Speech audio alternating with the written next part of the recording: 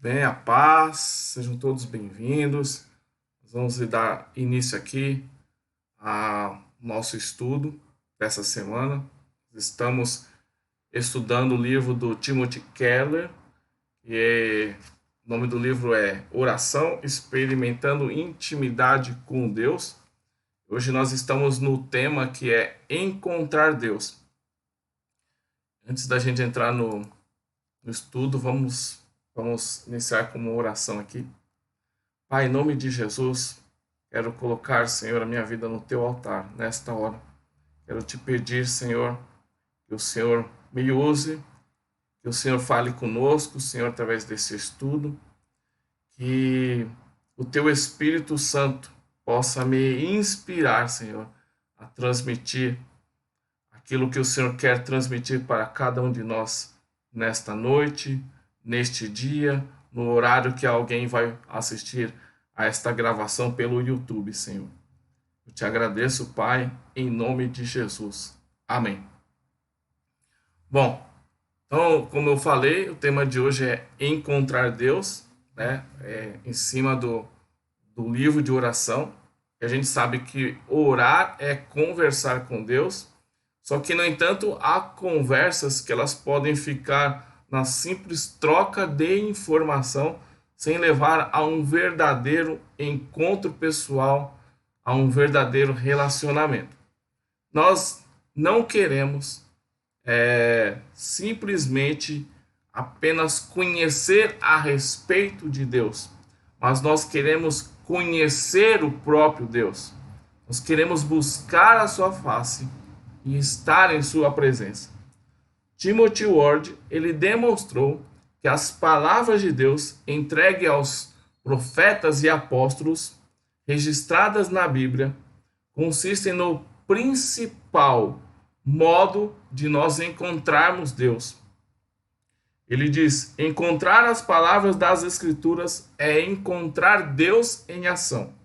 E ele também fala aqui, demonstrando que a Bíblia ele é um documento, né, de aliança.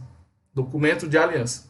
Então, quando Deus ele entra no relacionamento com a gente, seres humanos que somos, não se trata de um mero ato pessoal, mas também de uma aliança. Significa que estamos ligados a Deus e Ele está ligado a nós por promessas de fidelidade mútua entre ambas as partes. E que agora nós temos o direito, que Ele nos dá o direito de ter acesso a Ele. É como um contrato de casamento. Tanto a Bíblia quanto a oração, portanto, são privilégios de uma aliança. Deus fala ao seu povo pela Bíblia e ouve o seu povo pela oração, o qual está unido a Ele pelo relacionamento de aliança que Ele fez com nós.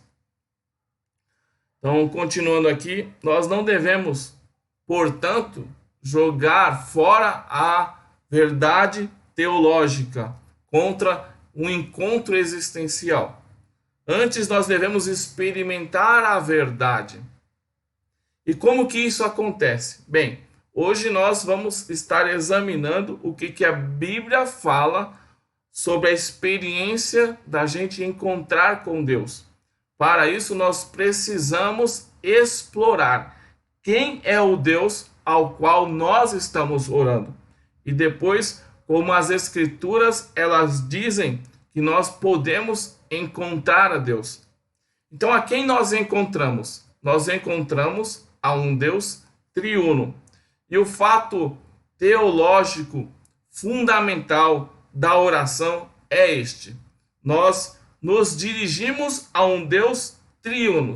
As nossas orações, elas só podem ser ouvidas, então, por intermédio da obra distinta de cada pessoa da Trindade, que é Pai, Filho e Espírito Santo. No Novo Testamento, a natureza triuna de Deus, ela se torna explícita, mas em poucos lugares isso é tão condensado e direto quanto nós vemos em Mateus capítulo 28, versículo 19, em que Jesus ele envia os seus discípulos para batizar em nome do Pai, do Filho e do Espírito Santo. Perceba que o texto ele não diz nos nomes deles. Em vez disso, ele declara que Pai, Filho e Espírito Santo, todos eles têm um único nome. Para pessoas do nosso tempo, o termo nome pode ser apenas um rótulo, uma etiqueta a ser descartado ou mudado à vontade. Mas nos tempos bíblicos, ele simbolizava a própria natureza e a essência de uma pessoa. Isso quer dizer que Pai, Filho e Espírito Santo, eles compartilham uma natureza divina, que eles são um único ser. Só existe um Deus, não três. Embora Paulo ele fale sem parar na divindade de Cristo, dizendo que toda a plenitude da divindade habita em Cristo, conforme Colossenses capítulo 2, versículo 9, ele também afirma que não há outro Deus, senão um só, conforme 1 Coríntios capítulo 8, versículo 4. Quer dizer, Deus ele tem uma natureza, um nome e um ser. Todavia, o Pai, o Filho e o Espírito Santo, eles são todos Deus, em plena condição de igualdade. O estudioso da Bíblia, de nome R.T. France, ele afirma: o fato de que o Filho ocupe a posição do meio entre o Pai e o Espírito Santo, em um objeto triuno da lealdade dos discípulos e objeto legítimo de adoração, isso é extraordinário. Logo, há três pessoas na unidade do ser de Deus, igualmente divinas, que se conhecem, que se amam e que desde a eternidade eles trabalham juntos para a nossa salvação. As implicações dessa condição triuna de Deus para a oração são várias. Para começo de conversa, significa que Deus, ele sempre teve dentro de si uma amizade perfeita. O Pai, o Filho e o Espírito Santo, eles adoram uns aos outros. Eles glorificam-se no amor que eles dedicam uns para os outros. E eles se deleitam uns nos outros. Nós desconhecemos maior alegria do que amar e de ser amado, certo? Entretanto, o Deus triuno, ele conhece esse amor e essa alegria em uma escala inimaginável e infinita.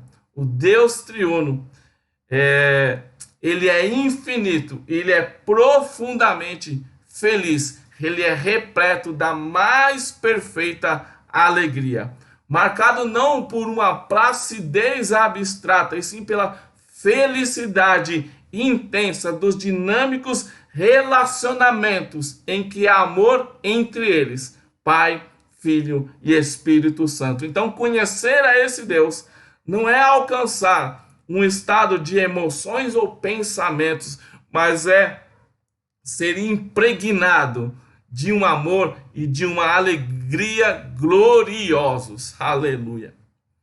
Mas se Deus ele não necessitava de outros seres a fim de conhecer o amor e a felicidade, então por que ele fez outros seres? Por que ele nos criou? Por que ele criou outros seres? Em uma dissertação sobre o fim para o qual Deus criou o mundo, o Jonathan Edwards, ele argumenta que o único motivo que Deus teria para nos criar não seria para obter amor e alegria cósmicos, né, do relacionamento, porque isso ele já tinha em si mesmo, nas pessoas dele, né, no Pai, Filho e Espírito Santo, mas para compartilhá-lo. Ele não precisava criar para ser feliz, para ter amor e alegria, mas ele nos criou para poder compartilhar o amor e a alegria que ele já tinha em si mesmo, dentro da Trindade.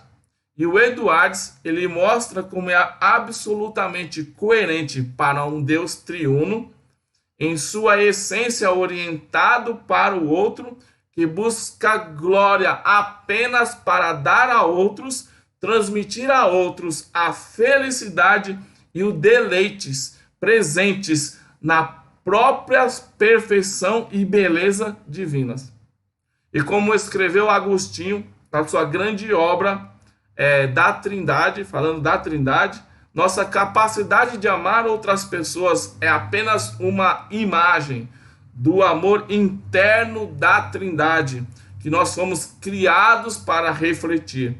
Nós podemos ver então porque um Deus triuno nos chama para conversar com Ele, para conhecê-lo e com Ele a gente nos relacionar, porque Ele deseja compartilhar a glória que Ele sente. Orar é o nosso modo de participar da felicidade do próprio Deus. Aleluia. Glória a Deus. E prosseguindo aqui, há um tema aqui, a quem nós encontramos. Aí nós vamos por partes. Vamos encontrar com o nosso Pai Celestial. Então, embora Deus tenha sido Pai no Antigo Testamento, apenas em algumas ocasiões, quando a Trindade se torna explícita no Novo Testamento, o caráter de sua paternidade também se destaca e fica mais claro. O Pai, ele envia o Filho para nos salvar dos nossos pecados, a fim de que possamos nos tornar filhos e filhas adotivos de Deus, conforme Efésios, capítulo 1, de 3 a 10. Vamos ler esse texto de Efésios? Efésios capítulo 1, de 3 a 10.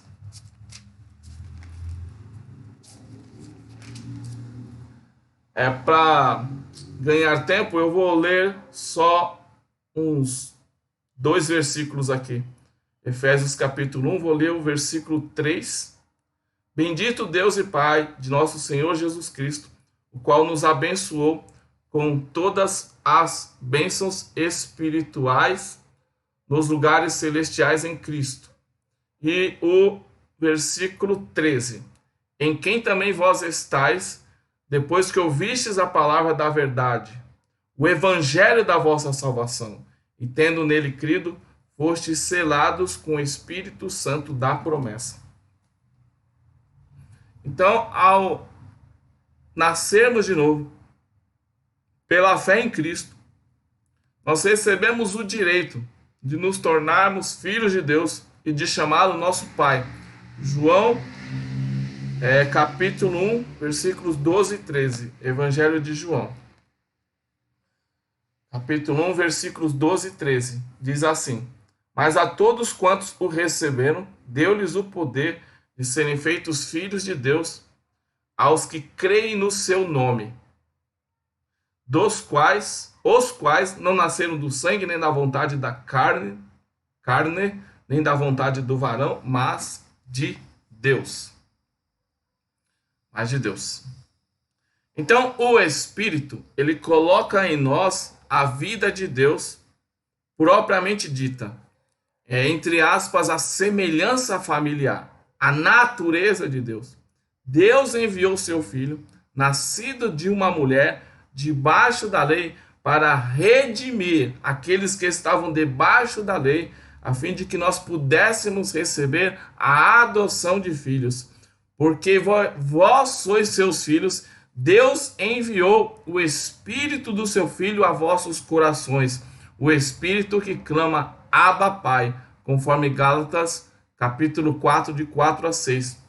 Muita gente pode perguntar no seguinte sentido: mas todas as pessoas, elas não são consideradas filhas de Deus? De vez em quando, a Bíblia, ela fala do conjunto de seres humanos como descendência de Deus, sendo ele o criador de todas as pessoas. Atos, capítulo 17, versículo 28.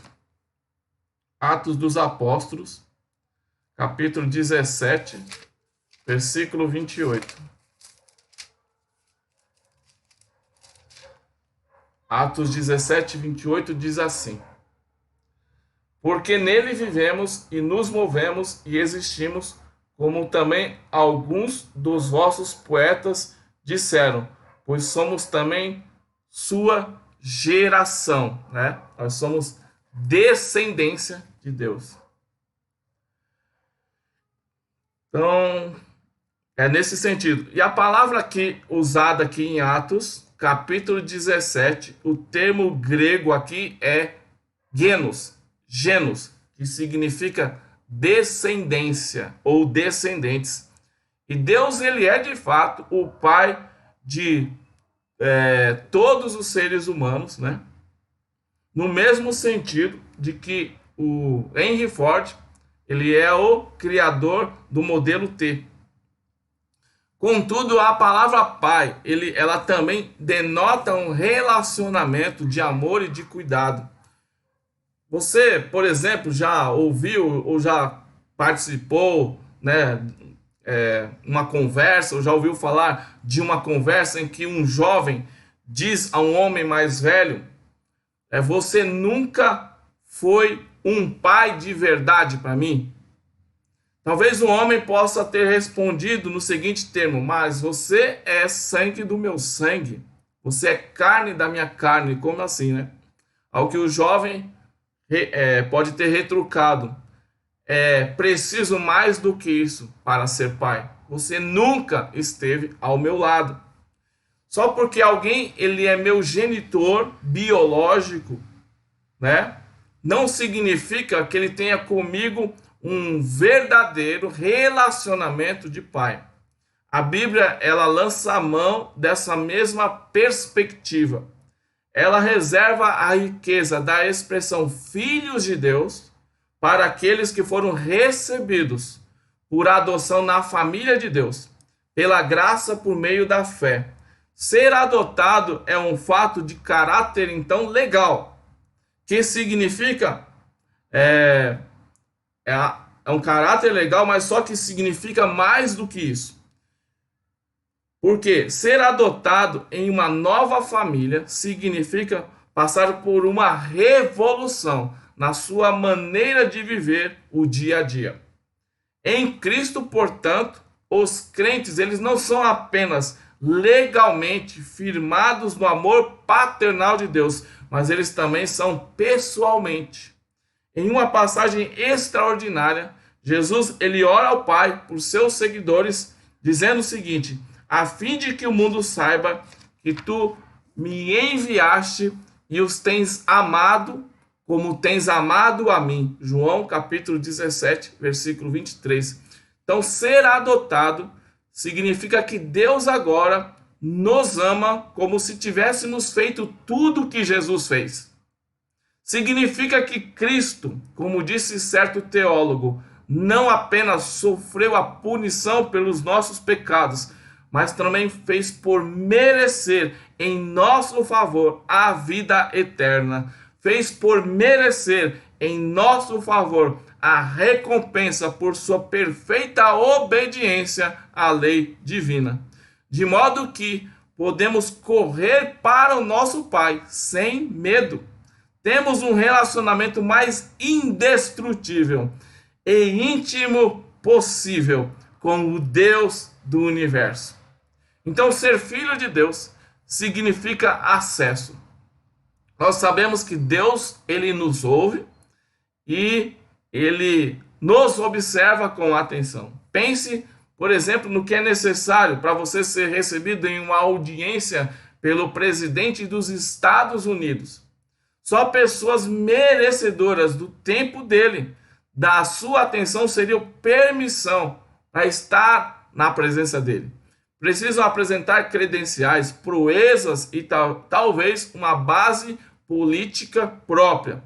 Mas, se você for um dos filhos dele, tudo muda. Da mesma forma, o Deus do universo, por causa de Cristo, ele se lembra de nós. Ele nos dá atenção a nós como filhos. Salmo de número 8, versículo 4.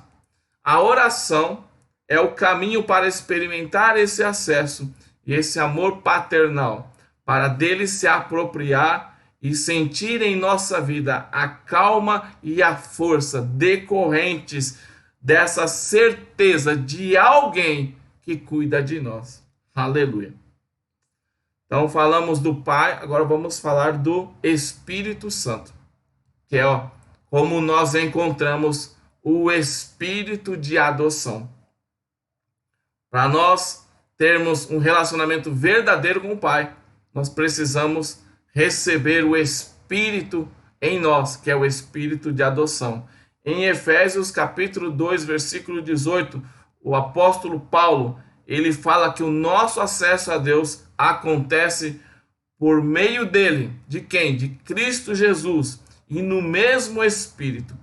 E o Jonathan Edwards, ele diz que a oração nada mais é que a voz da fé. Qualquer um que tenha fé de verdade, ele desejará orar. Por quê? Porque pelo Espírito, a oração é a expressão audível da fé. E o Paulo, ele nos dá mais detalhes sobre essa obra do Espírito no coração, quando ele escreve o seguinte: pois aqueles que são guiados pelo Espírito de Deus são filhos de Deus. O Espírito que recebestes não vos escraviza, de modo que vivais outra vez com medo. Antes, o Espírito que recebestes produziu vossa adoção de filhos, e por ele clamamos, Abba, Pai. O próprio Espírito testifica com o nosso Espírito que nós somos filhos de Deus. Romanos 8, de 14 a 16. E o apóstolo Paulo, ele aqui nos ensina que no lugar de medo, de receio, de dúvida, o Espírito Santo, ele enche os nossos corações, enche o coração dos cristãos, dos verdadeiros filhos de Deus, de confiança, no cuidado amoroso de Deus, que é algo ali análogo à confiança de uma criancinha nos seus pais. E o Espírito, ele nos leva a clamar, do termo grego krasdo, que quer dizer um brado intenso e alto, e que costumava ser usado no Antigo Testamento para designar a oração fervorosa, como em Abba, Pai. Como escreve C.E.B. Cranfield, um estudioso da Bíblia, ele diz o seguinte, que essa é originalmente uma fórmula exclamativa usada por crianças pequenas, porque é algo fácil de articular, um pouco parecida com a expressão ou palavra papai, bem coisa de crianças pequenas mesmo. A Rosana está com o áudio aberto, se puder fechar, por gentileza, agradeço. Obrigado, Rosana. Então, essa expressão Abba, Pai, é uma expressão infantil, e ela era considerada doméstica e afetuosa demais para ser uma forma apropriada para se dirigir a Deus no judaísmo. E que a adoção do esse termo pelo próprio Jesus na sua vida de oração, conforme Marcos 14:36, expressava a sua consciência de um relacionamento único que ele tinha com Deus, o seu Pai. E o fato de Jesus autorizar os seus discípulos a se dirigirem desta forma a Deus deve ser entendido como uma concessão que Jesus fez a eles da parte do relacionamento que Jesus tinha com o Pai. Então ele tinha esse relacionamento com o Pai e ele fez essa concessão para nós também. Então não se trata aqui de um sinalizador de emergência ou de alguma aposta ansiosa e desesperada. O Espírito aqui, ele concede aos crentes uma certeza existencial e interior de que o relacionamento deles com Deus não depende mais de desempenho, como acontece no relacionamento entre empregado e supervisor. Depende do quê? Do amor paternal. Então o Espírito Santo, ele toma uma proposição teológica e ele a transforma em confiança e em alegria interior para nós, porque você está em Jesus, o Filho verdadeiro. Você sabe que Deus, ele responde ao seu clamor com amor e cuidados intensos de um pai que responde ao clamor da dor de um filho ou de uma filha. Então você pode comparecer diante de Deus, certo de que você receberá esse tipo de atenção e de amor. Em outras palavras, o Espírito Santo, ele nos dá uma fé confiante que se transforma naturalmente em oração. Então essa confiança, ela era o cerne da poderosa teologia e prática de oração, sabem de quem? De Martinho Lutero. Martinho Lutero, ele era bastante conhecido por orar ao menos 2 horas por dia e sair desse período com grande ousadia. Então Lutero, ele ensinava que qualquer cristão deveria começar a orar dizendo o seguinte ao Senhor. Ele dizia, como você pode orar ao Senhor?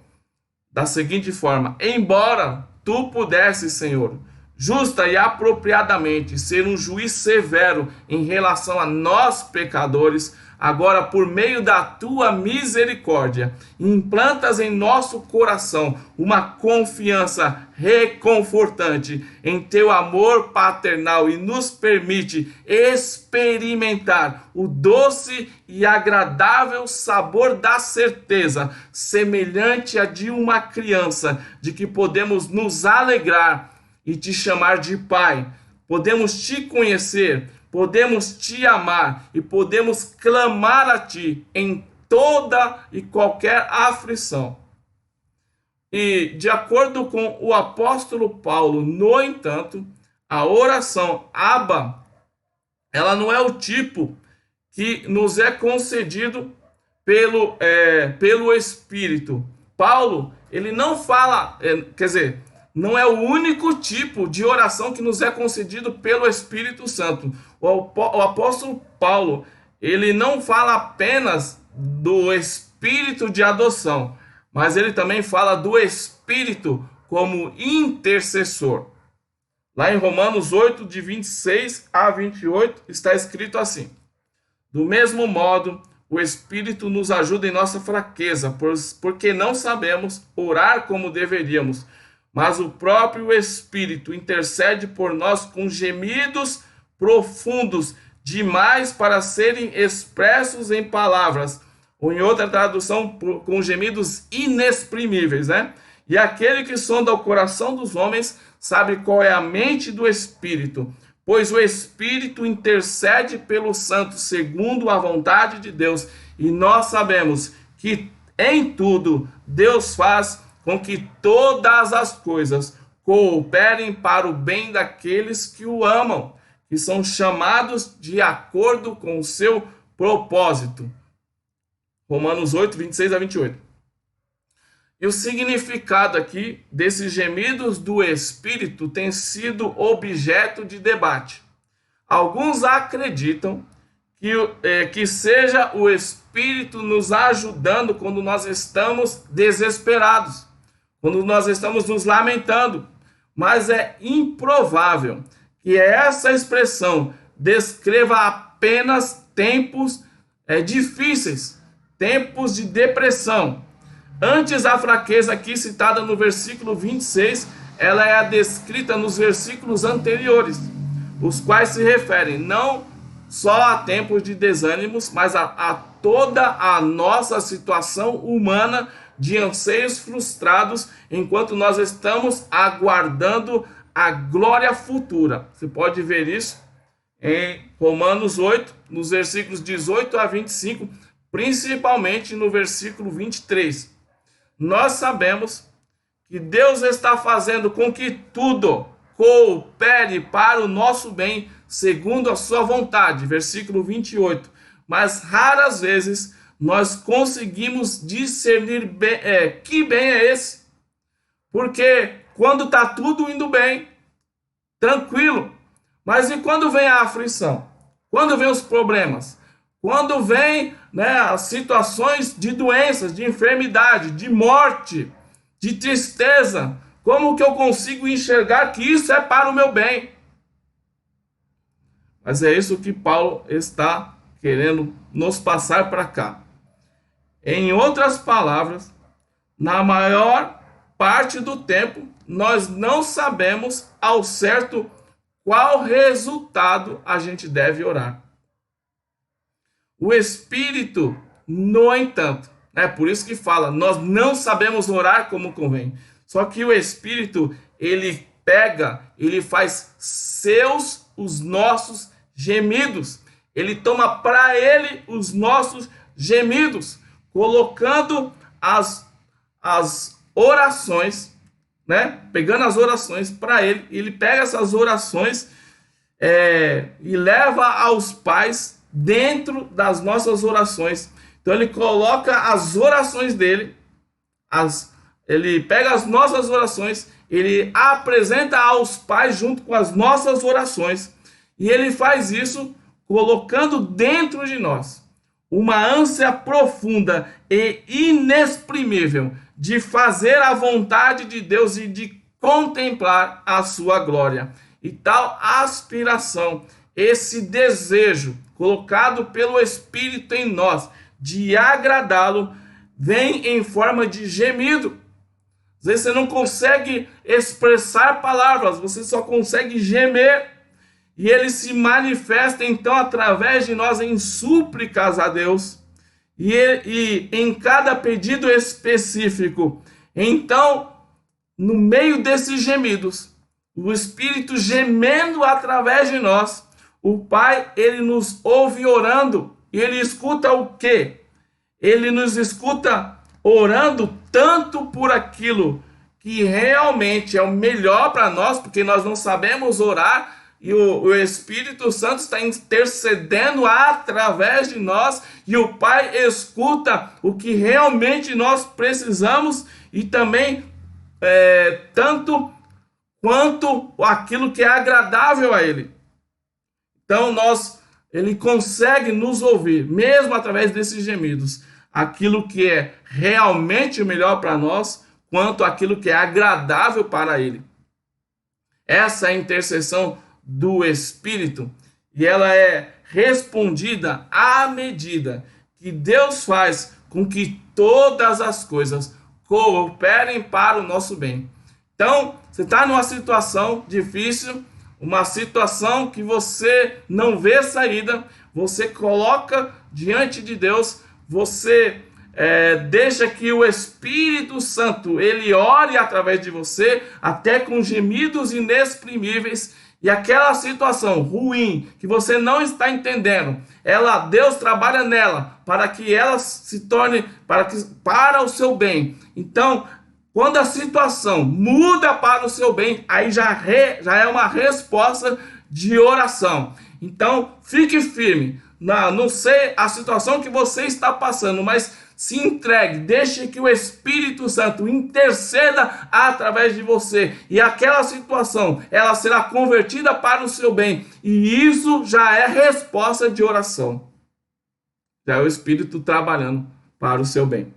Então, o Espírito, ele nos capacita a ansiarmos pela glória futura de Deus e pela sua vontade perfeita, embora a gente ainda não saiba o motivo específico pelo qual a gente deva orar no momento, na situação, mas se entregue à inspiração do Espírito, deixe Ele interceder através de você, e todas as coisas Ele vai trabalhar para o seu bem. Vai pegar uma situação que você não está entendendo e no final você vai ver, vai entender que é para o seu bem. Deus está trabalhando em você e através de você, porque Ele quer transformar o nosso caráter, Ele quer trabalhar na nossa vida para que cada dia mais nós possamos ser mais parecidos com o nosso Senhor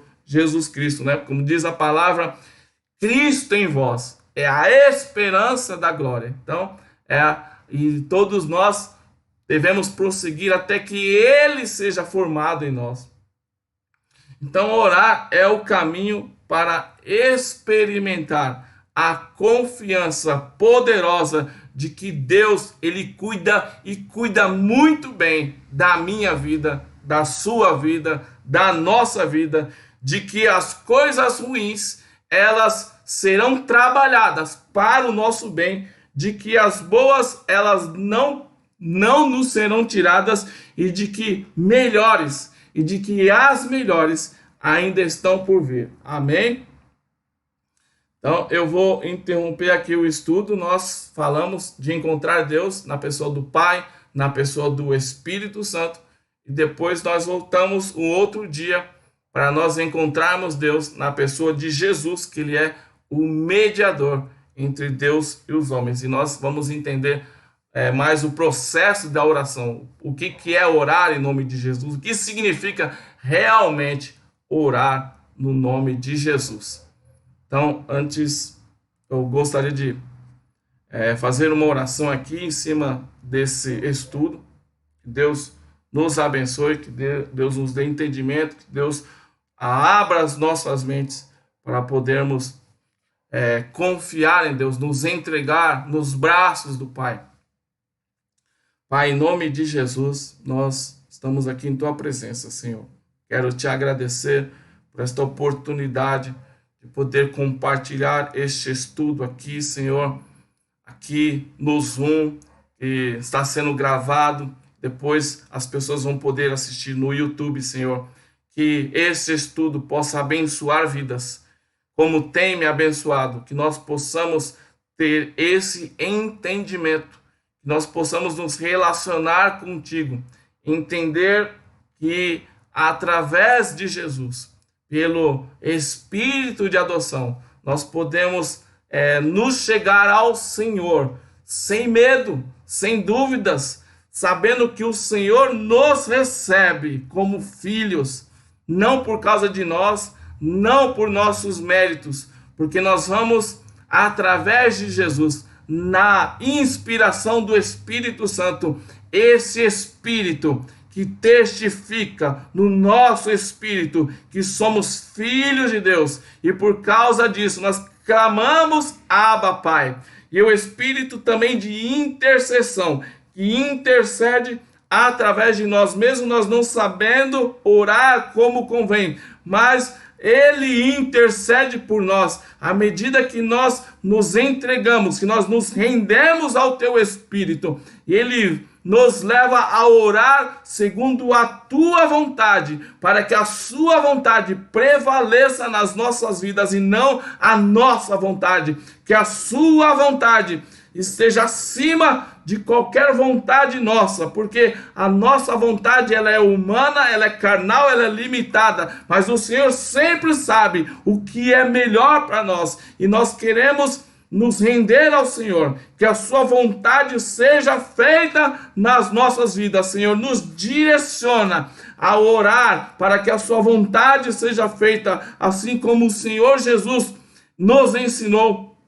Jesus ali, no seu momento de maior dor, de maior aflição, no Getsemane, Ele disse: Pai, se possível, passa de mim este cálice, mas todavia não seja como eu quero, mas como Tu queres, que eu possa ter esse entendimento de eu me submeter à Sua vontade, para que a Sua vontade seja feita na minha vida, para que eu possa abençoar as vidas ao meu redor. Eu oro, Pai, e Te agradeço em nome do Senhor Jesus. Amém.